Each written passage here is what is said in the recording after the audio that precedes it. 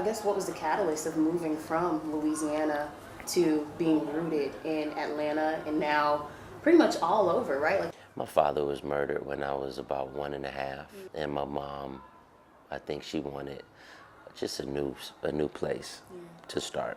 You know, she had 2 little kids. I have an older sister, Brandy, who's a few years older than me, and I just think she was just ready for a safer space for her kids, and that's how I ended up in Atlanta. for you, how did Atlanta play a role in creating the music, right? Atlanta is a community of creatives, whether we're talking visual art or sonic art. I feel like I had access to a lot of creativity at an early age, and my sister was very creative.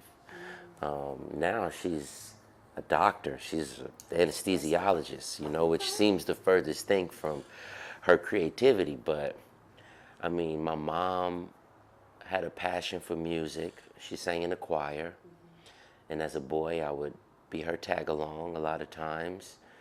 And then I kind of started coming into my own around the age of 5 or 6.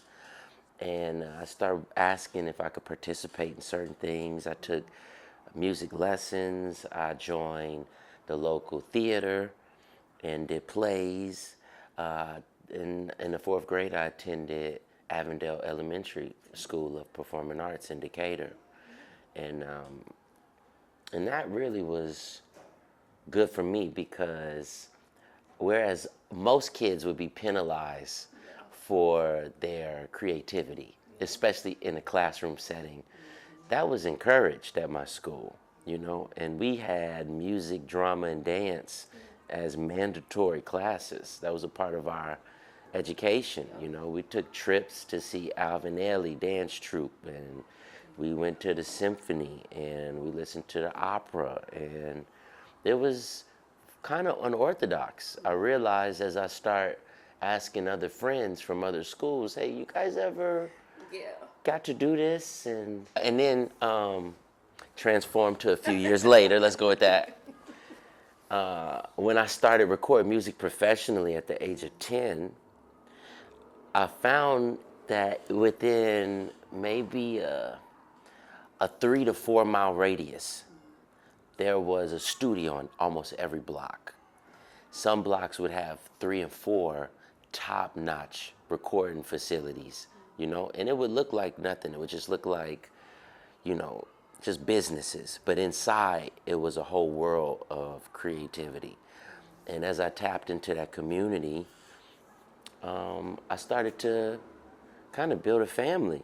You know, Dallas Austin being one of my mentors, Gerald Bugsby being a mentor, Tricky Stewart, who was just inducted into the Songwriters Hall of Fame last week, was a mentor. Joyce Irby of Climax was my first mentor. And, you know, it's one thing to dream, but it's another thing to actually see your dreams being reality in real time. You know, it's almost like seeing your reflection in places of aspiration, you know, being able to see a black president, you know, is like, okay, I know it's real, you know, so me being able to see real producers and songwriters, it just inspired me. What was that moment for you? I feel like there are kids that are watching this, right? That are like, oh, wow, I go to the same school that Lloyd went to. I grew up the same way that Lloyd did. For you, what was that moment where you sat back and was like, wow, I'm seeing this come to life? I had a few, and I think it's 3 stages of a person's life, right? At first, you're the student, then you become a master, right? And then you have to find an apprentice, right? So you have to pass on the blessing or the gift to the next. And in the beginning, it was sitting at a desk just like this, looking at my first recording contract, 10 years old, and just crying. And someone in the room said, why are you crying? This is great. And I said, no, this shows me that dreams come true. Really. And I've never forgotten how that feels. I mean,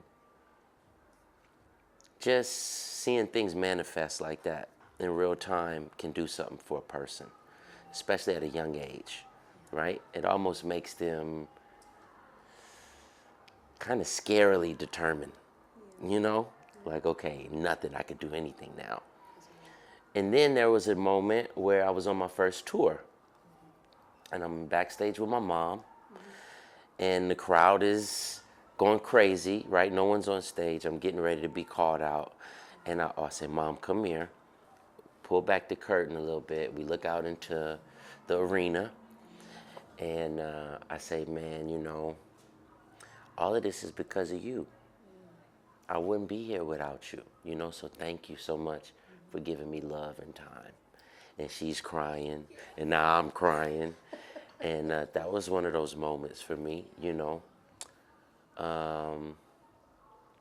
Doing True, the song True, and the album True, which was my first independent release. Being able to pour myself into my song, being able to not have to hold things in all the time, and really using music as my distraction from destruction, you know, was another moment for me, especially transitioning into fatherhood, which is, if it doesn't change you, then I don't know what you're doing. And then as a father, being able to take my children to the studio with me, right? Give them lines to record, seeing them go through the process of finding their confidence and then leaning into their confidence, and me just feeling so proud looking at them from the other side of the glass. And now every time we go to school together, they like, Dad, we want to hear the song. You know, we want to hear us. Yeah. You know, and it's cool to live through them a little bit, you know, and it just reminds me of, you know, my purpose again. So there's been a few of those moments. And that's the blessing about life, right? Like you go through those moments, like you said, even being a father. That's exciting, and Yeah. I know you light up even when you talk about it. Yeah, and also the things that I wish I had as a kid, you know, which is probably how I spend most of my time, Yeah. you know, and certain things are instilled in us. And sometimes we find ourselves reverting back to those practices. You know, sometimes my temper can get the best of me, and I'm like, you know what, this is a learned behavior, Yeah. you know? You're like, Yeah, tone it down. Tone it down a little bit. yeah. I mean, I remember before they were born, I promised myself no spankings. And then I found myself popping a little butt, you know? I'm like, hey, I need you to know this is not good. You can't do this, you know? And just trying to find my way. Also, sometimes feeling like I'm in need of a blueprint. I'm in need of a map, of a guide. And then I just realized that I have a village when I need it, but also, you know, I have instincts. I have, you know, like an emotional intelligence about myself, and that's okay to lean into that, you know? So you're figuring things out in real time. And that's cool. That's fun. It's exciting. We do a lot of adventurous things together. I mean, we're rarely inside. We take trips together. We do summer camps together. Just the other day, my kids were in a camp by the lake in the woods, learning how to canoe and do archery and build forts out of logs. And I mean, they have the kind of life that I think I would love, even though I had a great life, no regrets. Yeah. But a lot of my childhood was spent questioning why, you know. I don't know whether to God or to whom, but just, you know, why me? How come I don't have my dad, you know? Why do I feel like this all the time? And so now I get to pour into them, and I always say, you know, I get to be the father that I never had, which makes me the best father. And I also say that before I became a father, I was a tourist. I'll come through, break stuff, and leave. And I wouldn't care about the cleanup. You don't care about how you make someone necessarily feel all the time. But now I see the value in a lot more, especially in people, you know, especially in women, being a girl dad. So, yeah, that tourist mindset is no longer existing in me. Yeah. And that's the thing, like you said about growing, right? Understanding the things that you've gone through in the past. You mentioned your childhood, right? Do you think that you had that ability to showcase that side of you entirely, right? I had moments. I've always had a soulful spirit. And a lot of people that's been around me since a kid always said, you've been here before, or you're much older than your age. Yeah, and I always would love to hang around older people. I rarely hung around kids my age, you know. And from the first time I started writing music, these soulful discussions would happen. You know, like on my very first album, I have a song called My Life, where I'm talking about losing my father, you know. I put out my very first project that I've ever done, which was in 1999. It was with a group called In Tune. And on that album, of course, we were kids. We were 12, 11, 13 years old. So a lot of the songs was about cotton candy and video games and roses are red, violets are blue, do you love me or not, you know? But then there was a song on there called Happy Father's Day, where I'm singing to my father, you know, wishing him a happy Father's Day, even though he's not here, you know? And to this day, I could listen to that song and feel very emotional. So I've been tapping into, you know, all sides of life through the music. I just think time is the great motivator. It is the one thing that allows you the opportunity to put things into words and to have a deeper understanding of the meaning of words. And luckily, I've been given the gift of time of over 20 plus years of time to do this. So now, when I do write music, I tend to really try to think about what it means and what it could mean for someone else. And when they listen to it, are there certain things that you, as you're writing, you ask yourself, what do I want that person to feel? How do I No, want that person to feel? no, What does that process look like for you? no. Writing music is very personal. At least for me it is. Yeah. And my best work happens when I really make it very personal, so personal that sometimes it feels like maybe it's too personal, you know? But then through me pouring my thoughts, my feelings, my fears, my inhibitions into song form, then can I have a real conversation with someone else from talking about how I am. Now they can listen and say, I can relate to that, or I've been through that, or you know, or they just feel compassion for you, for your story. And that's kind of like how you start the conversation and realizing that there's no strangers, it's just friends you haven't met yet. Yeah. And those conversations, they even show up. I know you're performing today, of course. Everyone's super excited to hear those songs. But I'm curious to know, too, when you talk about that process of writing songs and what you want people to feel when they're listening, what does it look like as you're performing? It's historic for me being here. Extremely. I have a lot of pride in who I am, where I come from, what was taken from me, and what I'm actively always trying to get back so that my kids never have to have any of the deficiencies that maybe I had. Of course, my existence was better than probably my parents, and their existence was slightly better than their parents.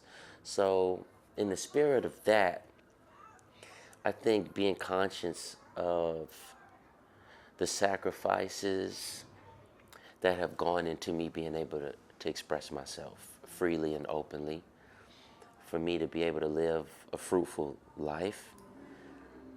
And that's no small feat. I mean, it's something we take for granted, but being in Little Rock, Arkansas on Juneteenth weekend is a in-your-face reminder that sometimes it's really not about you.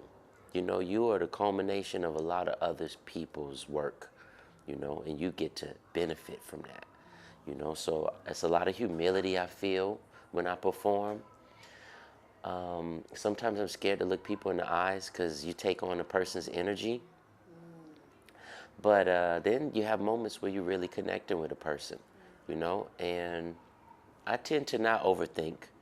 I just try to be in the moment and remind myself that time is fleeting and, you know, it'll be over before you know it, so you better live in it, enjoy it. And being present.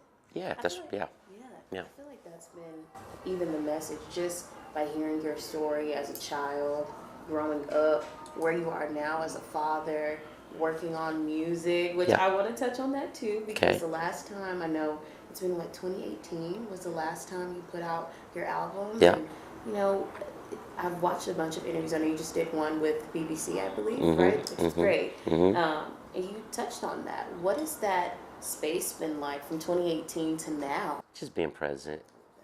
But also, you know, I can admit that releasing music has never been my favorite thing. Creating the music is my favorite thing. And then you have to get to a place where you let it go. And, you know, I've really enjoyed this process of creating the music that I made. I'm very proud of it. I played it for all my family and friends, and they always tell me, probably bi-weekly, it's time. It's time. Come on, people need to hear this. You got to put this out. What are you doing? Why are you doing this? Why are you doing this to us? You know? And so I know I have something special, and it's really just a matter of time at this point.